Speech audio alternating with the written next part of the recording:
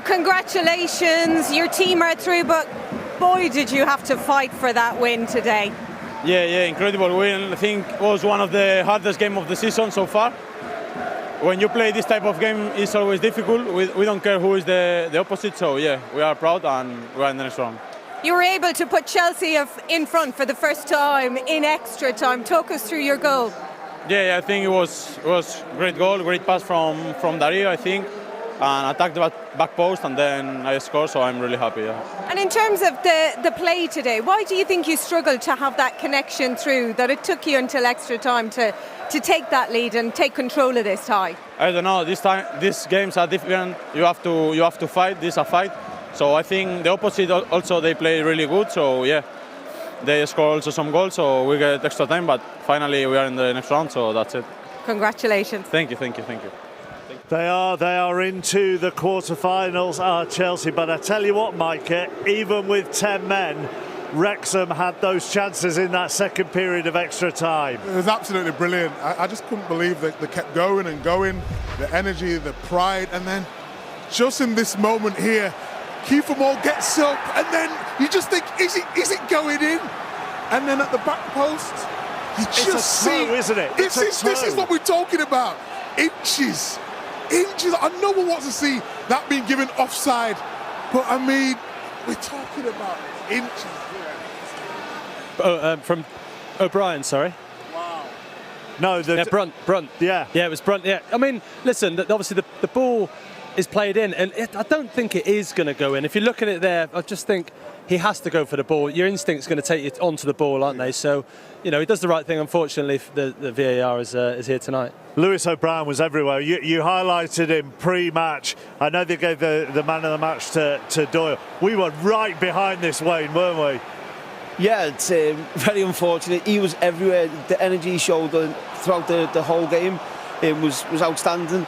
And for Lewis, this is something we actually will work on a lot. It's probably the one thing which he needs to improve on is his finishing. So I weren't surprised he didn't score, but he was excellent the whole game. What a cup tie. It was amazing. Honestly, the atmosphere has been brilliant. The game was amazing. Highs, lows, could have went one way, then went Chelsea's way. That little bit of quality just shone at the end, and obviously the red card. Very quickly, bigger picture, gives them an idea of what the Premier League will be like if they get up through the playoffs, doesn't it? Oh, absolutely. Listen, as well, the bigger picture is Tuesday night here against Hull at home. So, they've had a fantastic cup run, and you should take so much pride in that performance and belief moving forward. Right, Ben, Micah, Wayne, thank you. Drama, moments. We was probably denied one of the great FA Cup moments with that equaliser. This place, the roof was off. It was the free kick for me when they went to Mickey Thomas in the crowd. Yeah. It was like, is this his moment? That's what it does to the FA Cup. You start, these things happen and your mind goes back to big moments in this club's history.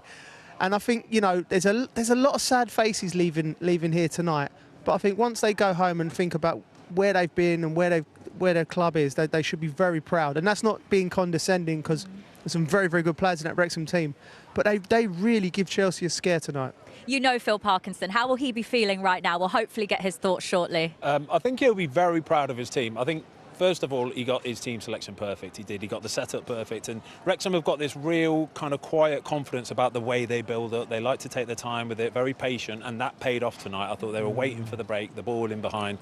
Played it out really nicely, but I think if you look on the balance of play, they were actually quite unlucky today. They really were. Let's take a look at the story from the second half onwards, because at half-time it was 1-1, and in the second half, in the early stages, Wrexham actually did really well to then eventually swing the game back in their favour when they scored.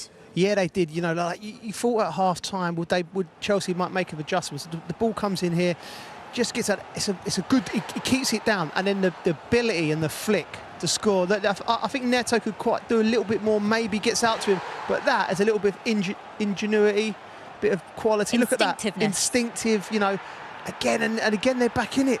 And the place was absolutely rocking. A lovely strike. You just need a pure contact. You're kicking it through a melee of bodies. You're hoping for a little nick, even if it's a Chelsea player that nicks it, but it's a fantastic finish. Just deft little touch. He had a great game as a whole, didn't he, Callum Doyle? Because he gets the goal. He provided the assist for the opener as well. Yeah, he did. He ran his socks off as well. You could see there was, and in fairness, there was half a dozen or so players on their knees at the end. They really were. And like I say, 4-2.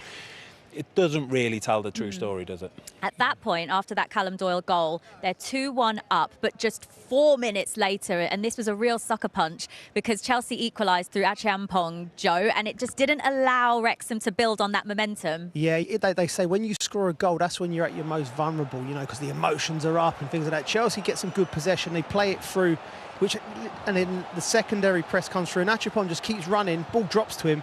And you know, he just, you know, as a centre half does, he does the right thing to do. You just go with violence there. You're close enough, and he just roofs it, leathers it. Yeah, and the last goal, the roof came off. This one, it silenced it and took the wind out of Wrexham. I feel for George Thomason there. You can tell he's trying to hold him off, but his legs, they're just gone. They haven't got anything left in there. And that was before they went down to 10 men as well, because after that, heading into extra time, there's a yellow card, there's a booking for George Dobson, but then VAR take another look at this and they upgrade it to a red card. He can't have any complaints, Joe, can he? I don't think so. I don't think so, because you listen, the crowd are going to go home and they're not going to be very happy with VAR, but that's what it's actually there for, VAR. I think, look, because this could have gone very wrong for Garnacho if you think about it. He takes it around, bang, it's excessive force. You know, I think the referee actually should have seen it initially. It's just a rush of blood from Dobson. He got his second booking. Even from a Wrexham perspective, no complaints? Yeah, then? I feel for him. He's not a malicious player, and it's not a malicious tackle either, but I think this is the subtle difference when you're playing against Premier League opposition. The speed and the sharpness of players like Garnacho, Pedro Neto on the other side, they draw you in, and they ask for that little red card like it was tonight. So into extra time, Wrexham down to 10 men, and then Alejandro Garnacho makes it 3-2. I think everyone, including us, thought this actually wasn't a goal. It looked like it hit the post and came back out, but it actually hits the base of the goal. Bit of a strange one. Yeah, strange one. It's just these dodgy goals that they got here, you know, with their training goals, and it does happen in training, but from the angle we looked, we was like, what's happened there before? But it's a wonderful ball in, first of all, there, delivered it at the far post, and all he's got to do is concentrate, and all you're doing in that is trying to get a good surface on it, bang, goal. And at this point I thought this should be a more comfortable cruising in, but that wasn't meant to be. Is Garnacho finding his best form right now of the season? Against Aston Villa is the best I've seen him in a Chelsea shirt, and Liam was talking about him, said he's been training well, performing well, he's concentrated, and sometimes we're waiting for it with Garnacho where something will just click and he can do it consistently. He was brilliant tonight again, so that's 2 games he's put together now. You know, if you're looking to the gaffer thinking PSG, I should be starting.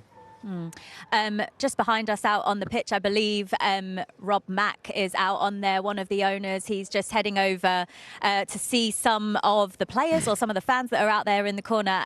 Yeah, I mean, how will they be feeling, Ben? You know them well. I think they'll be proud. I do. I think they'll be really, really proud. They'll be into the changing rooms in a minute, giving high fives to everybody, because it was so close. It really was. It was so close. And I think that's all you can ask. When you're coming up against Premier League opposition, just take it to the wire, and that's what they did. And talking about close, this is how close. This VAR decision for this offside on Lewis Brunt. I mean, we all thought this was an equaliser. So did the 10,000 fans here in the racecourse ground as well, Ben. Oh, it's heartbreaking. It really is. Do you know what? I really hope that the header from Kiefer Moore isn't going in the back of the net, because we'll watch this one back and none of us are really sure whether it was just going in anyway, whether he needed to touch it. But in that moment, rush of blood comes over. You want to get your name on that score sheet, don't you? Listen, I have no fault of that man there of tapping it in, even if it was going in, because you got to make sure. You got to make sure. And in that situation, he's thinking he's onside. Sometimes you go through on goal and sometimes you think, well, I could be or I couldn't be. He has no idea he's offside there because he's timed his run very well, but it just was circumstances. It's heartbreaking. As you say, Ben, we were thinking that possibly could have been going in. By the way, that's Sam Smith who got the opening goal of the game, talking to the owners there. We thought it could have potentially have been going in from Kiefer Moore's header. If he hadn't touched it, that would have been allowed. Exactly. Lewis Brunt. Let's not think about that. Lewis Brunt does not want to see that one going straight into the back of the net. But again, like I said a few minutes ago, though, I just feel that for the neutral, those moments, that, you know, the ones where you really get to lose yourself and celebrate a goal. We were all jumping around. You still lost yourself. It was fine. We were all jumping around back here, and then all of a sudden, you know, VAR are checking for something. It's inevitable at the end of the day. Joe wasn't jumping around until João Pedro scored. It then went 4-2, Joe. I mean, this man, João Pedro, right now, he is a man in form. And when he's on a football pitch, you just expect him to score. He's a monster. He really is, because he just, you know, he picks this up here. And I think he's decided here what he's already doing. He's playing with him. He takes the centre half over to the left, drags him back. He actually strikes it into the floor. You'll see it from the next angle a little bit better, but everything he's hitting at the moment is going in. And he plays that number 9 role. He plays it not like an Erling Haaland where he's constantly on the shoulder. He will drop in and drift in because he's got quality, but such a good finish. I've got to say, I'm so happy to see Joao doing really well. I was with Joao at Watford, and you could see all the raw elements were there, and he had this real bit of Brazilian flair about him and nastiness as well. But to see him now in the Premier League doing it week in, week out, he's played on the left for us, on the right for us, up top for us. He can do all of those little positions, and I think that's why he's scoring so many goals and being so effective. That he's taking up positions defenders don't really know where he's going to be. What do you think he needed then? Was it just someone to manage him correctly for him to get to this level, or just more minutes, more game time, more experience? More running the team. Once you start scoring, I was really surprised that it didn't start tonight, to be honest with you, because when somebody's just scored a hat-trick, confidence, especially strikers, they feed off this ego, these strikers do. And when they've scored a hat-trick, they just want to score more and more. And to see him come on, I thought, oh no, here we go. So that was the eventual last goal of the game in extra time. 4-2 it's ended. Back to Saturday Social, we are joined by Flav, Luca and Faisal. OK, Joe, time to draw our attention to the Champions League, because the round of 16 kicks off this week, and I'm very excited about it, mate. Yeah, absolutely. And we got Faisal and we got Luca, two European football watchers in the studio. So we are going to today build out basically the best player in each position for the remaining Champions League clubs. You guys are going to be in charge of this. You've both brought an 11 to the table, but remember there's only 16 clubs you can select from as well. That's important. 16 remaining sides in this competition. Flav, you're going to have the deciding vote over any disagreements. Yes. So we have a reminder of the teams left in it. So this is a reminder of the round of 16 ties. So as we said, plenty of elite teams left and plenty of players for you to choose from when you're selecting your team.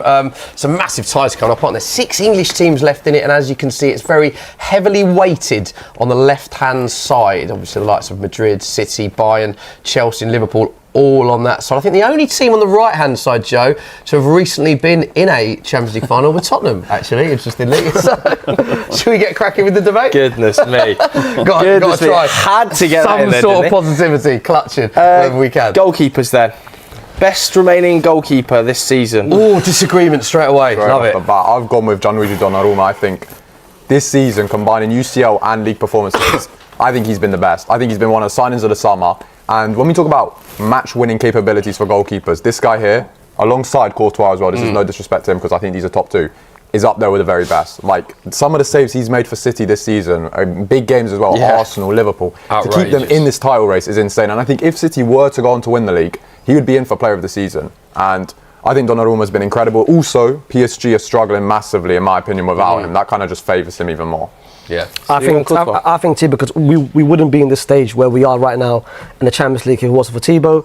He's been our best player this season in a season where that's been a lot of disappointments with so many injuries, so many players. He's been the only person consistent alongside someone else, which I've got in my list. He's saved the most big chances created in terms of the season.